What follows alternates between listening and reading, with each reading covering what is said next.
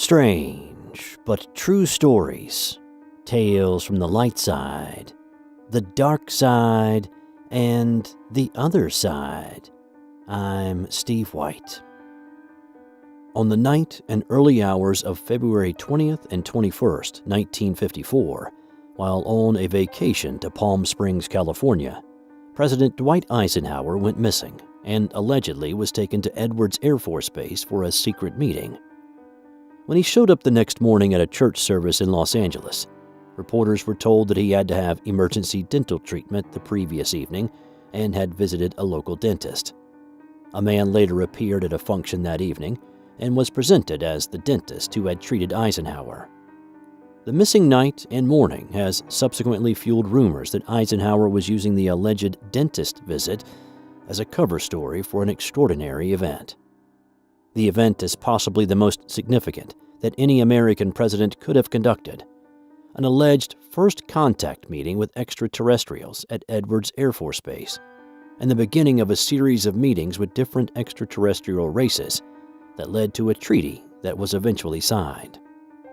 There is circumstantial and testimonial evidence supporting Eisenhower's meeting with extraterrestrials and the start of a series of meetings that culminated in the signing of a treaty with a different group of extraterrestrials.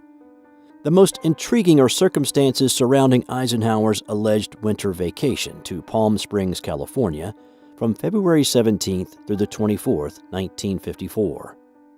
First, the vacation for the president was announced rather suddenly and came less than a week after Eisenhower's quail shooting vacation in Georgia. According to UFO researcher William Moore, all this was quite unusual and suggested that there was more to the one-week visit to Palm Springs than a simple holiday. Second, on the Saturday night of February 20th, President Eisenhower did go missing, fueling press speculation that he had taken ill or even possibly died. In a hastily convened press conference, Eisenhower's press secretary announced that Eisenhower had lost a tooth cap while eating fried chicken and had to be rushed to a local dentist. The local dentist was introduced at an official function on Sunday, February 21st, as the dentist who had treated the president. Moore's investigation of the incident concluded that the dentist's visit was being used as a cover story for Eisenhower's true whereabouts. Consequently, Eisenhower was missing for an entire evening and could easily have been taken from Palm Springs to the nearby Edwards Air Force Base. The unscheduled nature of the president's vacation, the missing president, and the dentist cover story provide circumstantial evidence that the true purpose of his Palm Springs vacation was for him to attend an event whose importance was such that it could not be disclosed to the general public. A meeting with extraterrestrials may well have been the true purpose of his visit. The first public source alleging a meeting with extraterrestrials was from Gerald Light, who in a letter dated April 16, 1954 to Meade Lane, the then director of Borderland Sciences Research Associates, claimed he was part of a delegation of community leaders to an alleged meeting with extraterrestrials at Edwards Air Force Base. In a subsequent article, Meade Lane described Light as a gifted and highly educated writer and lecturer who was skilled both in clairvoyance and the occult. Light was a well-known metaphysical community leader in the Southern California area. The alleged purpose of him and others on the delegation was to test public reaction to the presence of extraterrestrials. Light described a meeting of panic and confusion of many of those present, discussions of the emotional impact of the alleged landing, and the tremendous difference of opinion on what to do in terms of telling the public and responding to the extraterrestrial visitors. Plausible descriptions of what may have occurred. Indeed, the psychological and emotional impact Light describes for senior national security leaders at the meeting is consistent with what could be expected for such a life-changing event. There are a number of other sources alleging an extraterrestrial meeting at Edwards Air Force Base that corresponded to a formal first contact event.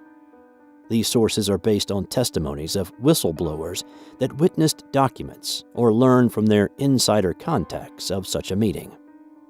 These testimonies describe what appears to be two separate sets of meetings involving different extraterrestrial groups who met either with President Eisenhower and/or with Eisenhower administration officials over a short period of time.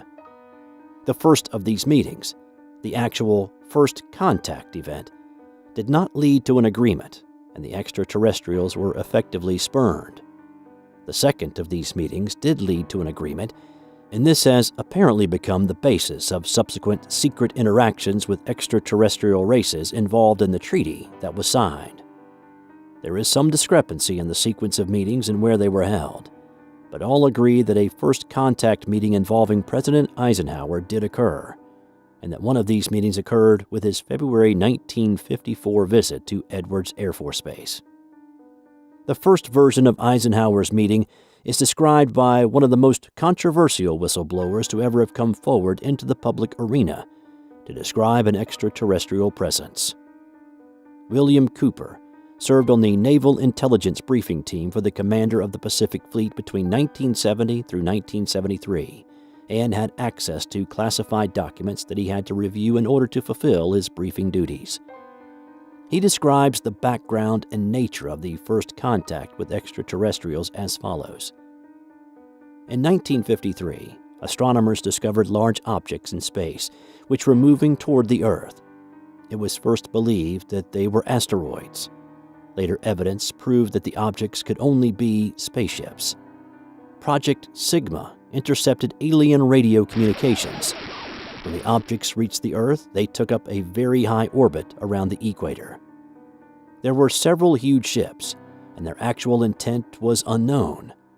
Project Sigma and a new project, Plato, through radio communications using the computer binary language, was able to arrange a landing that resulted in face-to-face contact with alien beings from another planet.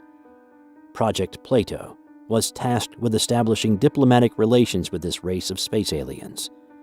In the meantime, a race of human-looking aliens contacted the U.S. government. This alien group warned us against the aliens that were orbiting the equator and offered to help us with our spiritual development. They demanded that we dismantle and destroy our nuclear weapons as the major condition. They refused to exchange technology, citing that we were spiritually unable to handle the technology which we then possessed. They believed that we would use any new technology to destroy each other. This race stated that we were on a path of self-destruction, and we must stop killing each other. Stop polluting the earth. Stop raping the earth's natural resources, and learn to live in harmony. These terms were met with extreme suspicion, especially the major condition of nuclear disarmament. It was believed that meeting that condition would leave us helpless in the face of an obvious alien threat. We also had nothing in history to help with the decision. Nuclear disarmament was not considered to be within the best interest of the United States. The overtures were rejected. The significant point about Cooper's version is that the humanoid extraterrestrial race was not willing to enter into technology exchanges that might help weapons development, and instead was focused on spiritual development. Significantly, the overtures of these extraterrestrials were turned down.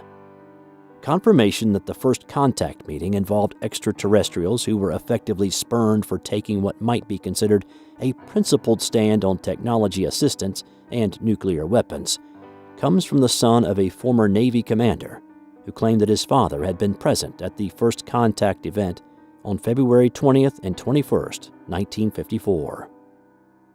According to Charles L. Suggs, a retired sergeant from the U.S. Marine Corps, his father, Charles L. Suggs, was a former commander with the U.S. Navy who attended the meeting at Edwards Airforce Base with Eisenhower.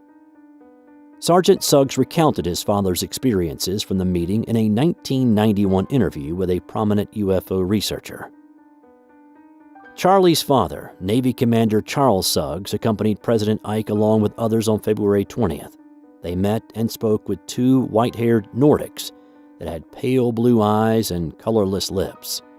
The spokesman stood a number of feet away from Ike and would not let him approach any closer. A second Nordic alien stood on the extended ramp of a biconvex saucer that stood on tripod landing gear on the landing strip. According to Charlie, there were B-58 Hustlers on the field even though the first one did not fly officially till 1956. These visitors said they came from another solar system. They posed detailed questions about our nuclear testing. Another whistleblower who confirms that first contact involved an extraterrestrial race being spurned for their principled stand on technology transfer is the son of the famous creator of the Lear jet, William Lear. John Lear is a former Lockheed L-1011 captain who flew over 150 test aircraft and held 18 world speed records, and during the late 1960s, 1970s, and early 1980s was a contract pilot for the CIA. Lear developed a close relationship with CIA Director William Colby, who was in charge of covert operations in Vietnam before becoming DCI. According to Lear, there had indeed been a warning from another race prior to an agreement being eventually signed, and he claimed they visited Edwards and the following occurred. In 1954, President Eisenhower met with a representative of another alien species at Edwards Airforce Base. This alien suggested that they could help us get rid of the Greys, but Eisenhower turned down their offer because they offered no technology. Cooper's and Lear's idea of more than one extraterrestrial race interacting with the Eisenhower administration is supported by other whistleblowers, such as former Master Sergeant Robert Dean, who, like Cooper, had access to top-secret documents while working in the intelligence division for the Supreme Commander of a major U.S. military command. I arrived in the summer of '63 and I was assigned to the Operations Division. I was further assigned to what we call SHOC, the War Room, the Supreme Headquarters Operations Center. And at that time I was given a cosmic top-secret clearance, which was and still is the highest level of security access that NATO has. When I was assigned to the War Room, I learned that a study had been initiated in 1961, and everybody was talking about it. They were gossiping about it. And the subject was UFOs, and that intrigued me a bit. When that study was concluded in 1964 and it was published, and I was still working in the War Room at that time, I had access to this document. I had a chance to read it. And having been exposed to it, I must tell you honestly that my life has never ever quite been the same. Because I read first-hand reports, verifiable NATO military material that indicated that the UFOs were not only real, that they represented something far beyond anything I had ever imagined before. When the study was concluded in '64, they concluded that there were 4 different groups apparently coming and visiting us. Out of those 4 different groups, one group looked exactly like we do, so much so that they could sit beside you in a restaurant or in an airplane or in a theater, and you'd never know. And that particular point bothered the military guys a lot. The point being that some of these people from somewhere could be walking up and down the corridors of SHAPE headquarters, or they could be walking up and down the corridors of the Pentagon. One day at lunch, a lieutenant colonel made the remark, he says, "Jesus, do you realize they could even be in the White House?" And there was a little forced laughter at that point, I remember, because a lot of us over the years have had some misgivings about the occupants of the White House. But the point I'm making is that the idea that aliens could be here in our midst bothered the military, because if you're not paranoid when you go into the service, you're certainly trained very quickly to be so. It's the nature of the military mind, I think, to be paranoid. But that was only part of the story. The SHAPE conclusions in '64 were that there were 4 groups that we knew of. They were apparently interplanetary. Some very likely were interstellar. They even concluded that some of them could be intergalactic. When I retired in 1976, many of our military people knew at that point that we were not simply dealing with visitations from people from other planets or star systems. They had concluded by '76 that some of these visitors very well might be multidimensional in their source. I guess I speak out openly and bluntly about this because I feel so strongly about it. I violate my security oath every time I speak about it. I do it intentionally, and I do it on purpose, because I feel so strongly that the American people not only have a right to know the truth, but they have a need to know the truth. The truth, Don, apparently is simply this, that we're not alone, we've never been alone. We are apparently part of an infinite universe filled with intelligent life. In Dean's 27-year distinguished military career, he served at the Supreme Headquarters Allied Powers Europe, where he witnessed these documents while serving under the Supreme Allied Commander of Europe. Dean claimed, "The group at the time, there were just 4 that they knew of for certain, and the Greys were one of those groups. There was a group that looked exactly like we do. There was a human group that looked so much like us that they really drove the admirals and generals crazy because they determined that these people, and they had seen them repeatedly, they had had contact with them. There had been abductions. There had been contacts." 2 other groups. There was a very large group. I say large, they were 6 to 8, maybe, sometimes 9 feet tall. And they were humanoid, but they were very pale, very white, didn't have any hair on their bodies at all.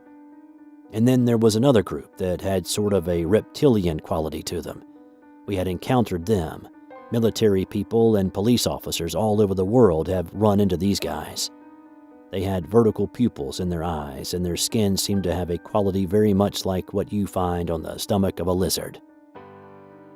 Given the intensity of the Cold War, the national security officials present may well have decided it was more prudent to seek better terms before agreeing to the extraterrestrials' request. Light's testimony implies that the meeting at Edwards did not result in an agreement, but instead resulted in intense disagreement between Eisenhower officials. By all accounts, the February 20th and 21st, 1954 meeting was not successful, and the extraterrestrials were spurned due to their refusal to enter into technology exchanges and insistence on nuclear disarmament by the U.S. and presumably other major world powers. Cooper describes the circumstances of a subsequent agreement that was reached after the failure of the first meeting. While Cooper has a different version of dates and times for the 1954 meetings, he agrees that there were 2 sets of meetings involving different extraterrestrials meeting with President Eisenhower and/or Eisenhower administration officials. Later in 1954, the race of large-nosed gray aliens, which had been orbiting the Earth, landed at Holloman Air Force Base. A basic agreement was reached. This race identified themselves as originating from a planet around a red star in the constellation of Orion, which we called Betelgeuse. They stated that their planet was dying, and that at some unknown future time, they would no longer be able to survive there. The meeting at Holloman Air Force Base in New Mexico has reportedly been the site of subsequent extraterrestrial meetings with the same extraterrestrials. Cooper explained the terms of the 1954 treaty reached with the gray extraterrestrials as follows. The treaty stated that the aliens would not interfere in our affairs and we would not interfere in theirs. We would keep their presence on Earth a secret. They would furnish us with advanced technology and would help us in our technological development. They would not make any treaty with any other Earth nation. They could abduct humans on a limited and periodic basis for the purpose of medical examination and monitoring of our development, with the stipulation that the humans would not be harmed, would be returned to their point of abduction, would have no memory of the event, and that the alien nation would furnish Majesty 12, MJ-12, with a list of all human contacts and abductees on a regularly scheduled basis.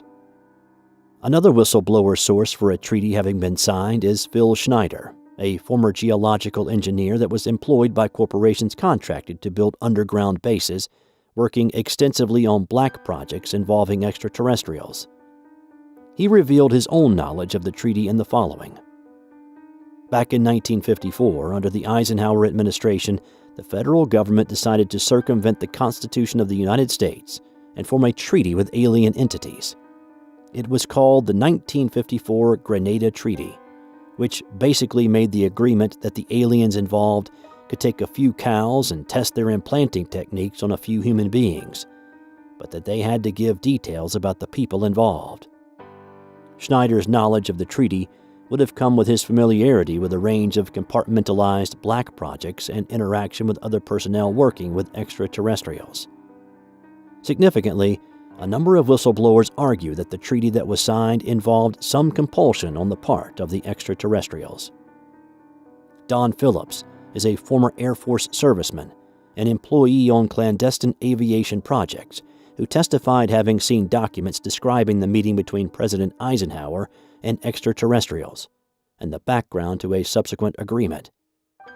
We have records from 1954 that were meetings between our own leaders of this country and ETs here in California, and as I understand it from the written documentation, we were asked if we would allow them to be here and do research. I have read that our reply was, "Well, how can we stop you? You are so advanced," and I will say by this camera and this sound that it was President Eisenhower that had this meeting. Colonel Philip Corso, a highly decorated officer that served in Eisenhower's National Security Council, alluded to a treaty signed by the Eisenhower administration with extraterrestrials in his memoirs. He wrote, "We had negotiated a kind of surrender with them, extraterrestrials, as long as we couldn't fight them.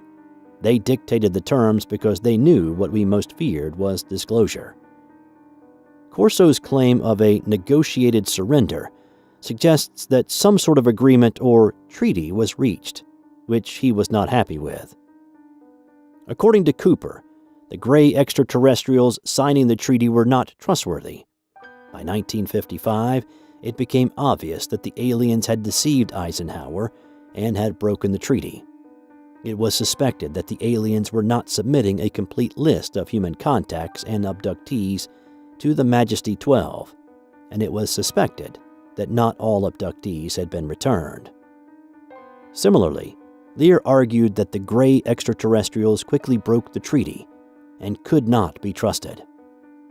A deal was struck that in exchange for advanced technology from the aliens, we would allow them to abduct a very small number of persons, and we would periodically be given a list of those persons abducted. We got something less than the technology we bargained for, and found the abductions exceeded by 1,000,000-fold than what we had naively agreed to. Other whistleblowers also suggested that the extraterrestrials who signed the treaty with Eisenhower could not be trusted. Schneider claimed that despite the treaty's provisions on the number of humans who would be abducted for experiments, the aliens altered the bargain until they decided they wouldn't abide by it at all. As mentioned earlier, Colonel Philip Corso similarly believed that the extraterrestrials that the Eisenhower administration entered into agreements with could not be trusted. Corso believed the forced negotiated surrender suggested an extraterrestrial agenda that was suspect. While General Douglas MacArthur didn't directly mention any government treaty with extraterrestrials, he gave a famous warning in October 1955, suggesting that some extraterrestrial presence existed that threatened human sovereignty. "You now face a new world, a world of change. We speak in strange terms of harnessing the cosmic energy of ultimate conflict between a united human race and the sinister forces of some other planetary galaxy. The nations of the world will have to unite, for the next war will be an interplanetary war. The nations of the Earth must someday make a common front against attack by people from other planets." MacArthur may well have been alluding to the same extraterrestrials that Corso, Cooper, and Lear believed had entered into an agreement with the Eisenhower administration. Significantly, reports of contacts with extraterrestrials began to change once the alleged treaty began to be implemented. The friendly Space Brothers reports involving contactees of the 1950s changed as reports of abductions began to emerge after the first recorded case in 1961 involving Barney and Betty Hill. Another apparent pattern that has occurred in ufology is the dominance of the Space Brothers of the 1950s, who were kind, interacted with people who became known as contactees, and took people for rides in their spacecrafts. This pattern changed dramatically with the abduction of Betty and Barney Hill in the early 1960s. Due to the official secrecy policy adopted towards the extraterrestrial presence, it may be concluded that some, if not most, of the controversy surrounding these individuals has been caused by military intelligence agencies intent on discrediting whistleblower or witness testimonies.